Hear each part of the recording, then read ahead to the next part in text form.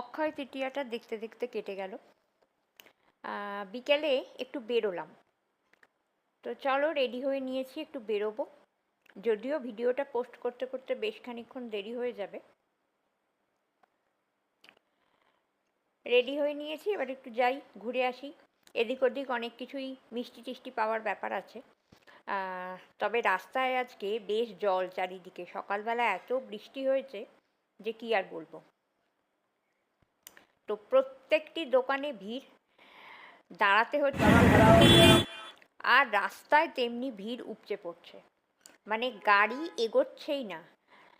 এক জায়গায় গাড়ি রাখো। যদিও আজকে গাড়ি নিয়ে যাওয়া হয়নি, গিয়েছিলাম অটো করে, সেই পুরনো দিনের মতো। অনেক দিন মানে আমার হাজব্যান্ড আর আমি মানে এইভাবে বেরোইনি। তো বেরোলাম দুজনে মিলে। হাঁটাহুটি করতে করতে গেছি, ভালোই হয়েছে। কারণ না হলে রাস্তায় যা জ্যামে আটকাতাম কি আর বলবো। তবুও যেটুকু অটো ধরতে হয়েছে সেটুকুতে বেশ খানিকক্ষণ আটকে ছিলাম। তো চলো, একটু এপাশ ওপাশ ঘুরতে ঘুরতে যাচ্ছি। বেশ কিছু ব্যাগ পেয়েছি, মানে ওই ব্যাগ মানে কি, ওই খাবারের ব্যাগ আর কি, যেগুলো আমি আগামীকাল শেয়ার করব। আর তারপরে এক ভাঁড় চা নিয়ে বসেছি, সেই পুরনো দিনের মতো।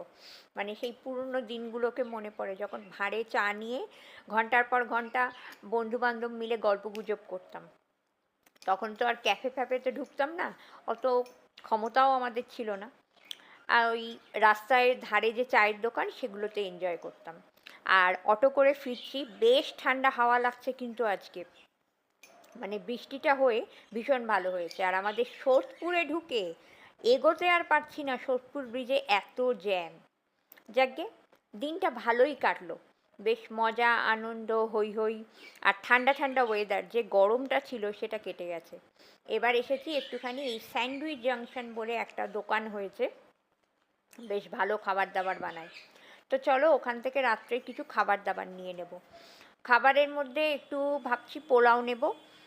আর এদের একটা ডিম কষা আর একটা মাংস কষা করে, মানে চিকেন কষা, তো সেগুলোকেই নেব। তো চলো, বাড়িতে চলে এসেছি। যথারীতি থালায় খাবার বেড়ে নিয়েছি, দেখতেই পাচ্ছ পোলাও। আর আমার আদার্স থালাতে রয়েছে পোলাওয়ের সঙ্গে চাউমিন। আর আমার থালাতে আছে ডিম কষা আর ওদের মাংস কষা। ডিম কষাটার কালার দেখে বুঝতেই পারছো।